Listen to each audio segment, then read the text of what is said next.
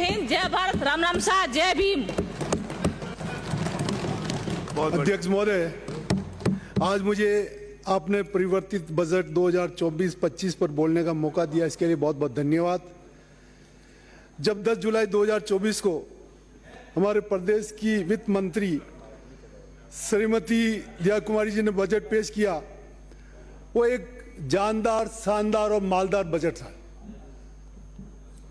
आज उस बजट को पेश होने के बाद पूरे राजस्थान में वाहवाही हो रही है, जिसमें हमारे विपक्षी भाई तो बड़े परेशान हैं। क्या चुनाव आने वाला है क्या? अरे चुनाव नहीं आने वाला, विकास की एक आयाम कायम होने वाला है।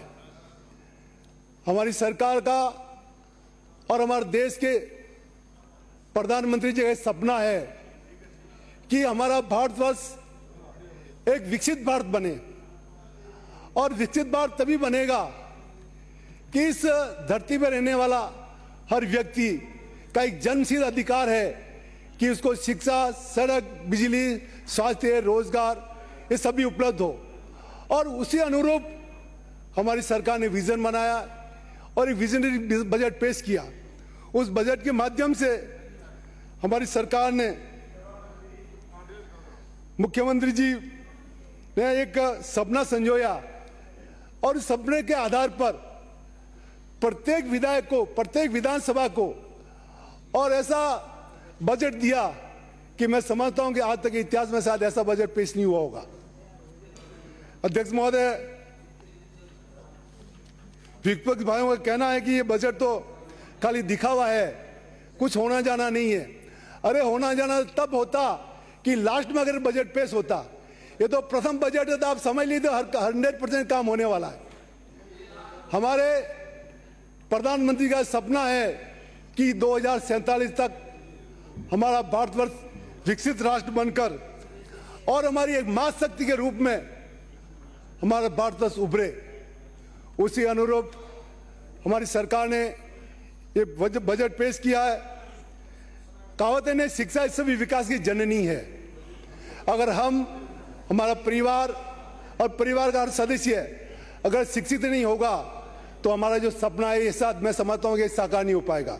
उसी दृष्टि से, शिक्षा की दृष्टि से आज हमारे मुख्यमंत्री जी ने शिक्षा विभाग में 50 नए प्राथमिक विद्यालय खोले, 100 विद्यालयों को कर्मोन्नत किया, 100 माध्यमिक विद्यालयों को नवीन विषय प्रारंभ करना निश्चित किया। प्रदेश में कस्तूरबा गांधी विद्यालय के छात्रावास जो कमी थी वो पूर्ण कर रहे हैं। 5 नेताजी सुभाष चंद्र बोस छात्रावास तथा 138 भवन रहित विद्यालयों के भवन निर्माण कर रहे हैं। क्लासरूम, लैब, लाइब्रेरी, टॉयलेट्स निर्माण हेतु 300 करोड़ का बजट का प्रावधान रखा है। साथ ही 750 विद्यालयों को भवन मरम्मत हेतु 100 करोड़ रुपए दिए जा रहे हैं। ये विजन है हमारी सरकार का। अगर पूर्ववर्ती सरकार ने ये साथ किया होता तो शायद उधर बैठने का इनको शायद जरूरत नहीं पड़ती, लेकिन इन्होंने केवल सच बात दिखाए और सच बात दिखाए, कोई काम नहीं किया। आज बालिका सैनिक स्कूल खोलने की स्थापना एक बहुत ही सराहनीय कार्य है। जो हमारी बच्चियां जो पढ़ी लिखी है, आज वो चाहती कि हम भी कुछ करें, और उसी अनुरूप उन्होंने स्कूल खोली, जिसके लिए मैं उनकी बहुत बुरी प्रशंसा करता हूं। और साथ साथ ही मैं भीम में पृथ्वीराज महाराज के महाविद्यालय जो संचालित हो रहा है, उसमें मैंने मेरे मत से 3.25 करोड़ रुपया एक हॉस्टल बनाया। तो मैं चाहता हूं कि हमारी सरकार उस हॉस्टल को अधिग्रहण करके और गरीब तबके की बच्चियां, चाहे किसी समाज की हो, वो वहाँ पे फ्री एजुकेशन मिले, उनका रहने की व्यवस्था हमारी सरकार ने पहले कर चुके हैं। लेकिन अभी अगर सरकार अधिग्रहण करके उसको चलाएगी तो मैं समझता हूँ कि हमारे गरीब बच्चों को एक बहुत बड़ी सुविधा मिलेगी। अध्यक्ष महोदय, मैं चिकित्सा की बात करना चाहता हूँ। सर्वप्रथम मैं धन्यवाद देना चाहता हूँ हमारी सरकार को, जिन्होंने हमारे देवगढ़ को उप जिला चिकित्सालय बनाया, और साथ साथ ही उसी उप जिला चिकित्सालय के साथ साथ भीम में जो हमारा उप जिला चिकित्सालय है, अगर उसको जिला चिकित्सालय में अगर कर्मोन्नत करेंगे, मैं समझता हूँ कि हमारे लिए एक बहुत बड़ा एक संदेश जाएगा हमारी जनता को। और क्योंकि ये जो मेरा विधानसभा क्षेत्र है, नेशनल हाईवे नंबर 8 करीब 165 किलोमीटर के दायरे में आता है, वहाँ आए दिन एक्सीडेंट होते रहते हैं और कई दुर्घटना होती है। अगर वो कर्मोन्नत होगा तो मैं समझता हूँ कि हमारे लिए बहुत बड़ा एक अचीवमेंट होगा। और मेरा विधानसभा क्षेत्र 4 विधानसभा का संगम स्थली है। एक तरफ ब्यावर है, दूसरी तरफ पाली है, तीसरा अजमेर है और चौथी तरफ भीलवाड़ा है और फिर राजसमंद है। 4 जिलों की संगम स्थली में अगर ये चिकित्सालय बनेगा, मैं समझता हूँ वाले बहुत अच्छी उपयोगी साबित होगा। अध्यक्ष महोदय, प्रदेश चिकित्सा सुविधा के लिए विस्तार के लिए 27,660 करोड़ रुपए का प्रावधान रखा है, जो कि पूरे बजट का 8.26% भाग चिकित्सा स्वास्थ्य के लिए रखा है। मैं समझता हूं एक बहुत ही सराहनीय कदम है। राज्य के साथ साथ केंद्र सरकार ने भी आयुष्मान योजना लागू कर देश में आमजन को बेहतर चिकित्सा सुविधा उपलब्ध कराकर एक क्रांतिकारी कदम उठाया है। इसी क्रम में हमारे मुख्यमंत्री के नेतृत्व में प्रदेश में मुख्यमंत्री आयुष्मान आरोग्य योजना कैंसर जैसी गंभीर बीमारी से ग्रसित रोगियों का चिकित्सा सुविधा उपलब्ध करने का आईपीडी के साथ डे केयर पैकेज जोड़ने की व्यवस्था की, यह भी एक बहुत बड़ी अच्छी सराहना है।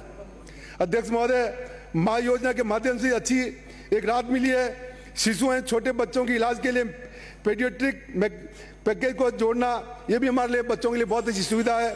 साथ ही भीम उप जिला चिकित्सालय साथ में। माननीय सदस्य, हो गया। अध्यक्ष महोदय, अरे भाई आज 8 बजे खत्म होना, अभी 7 लोग और बोलने वाले हैं। अध्यक्ष महोदय, दूसरा विद्युत विभाग में 220 केवी जीएसएस जो आपने खोला है हमारी सरकार ने, इसके लिए मैं बहुत बहुत धन्यवाद देना चाहता हूं।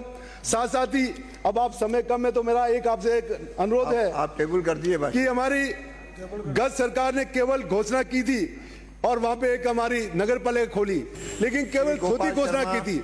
उस घोषणा के अनुरूप ना ईओ है, ना जेईए, ना कोई विभाग, कोई भी कर्मचारी अधिकारी नहीं है।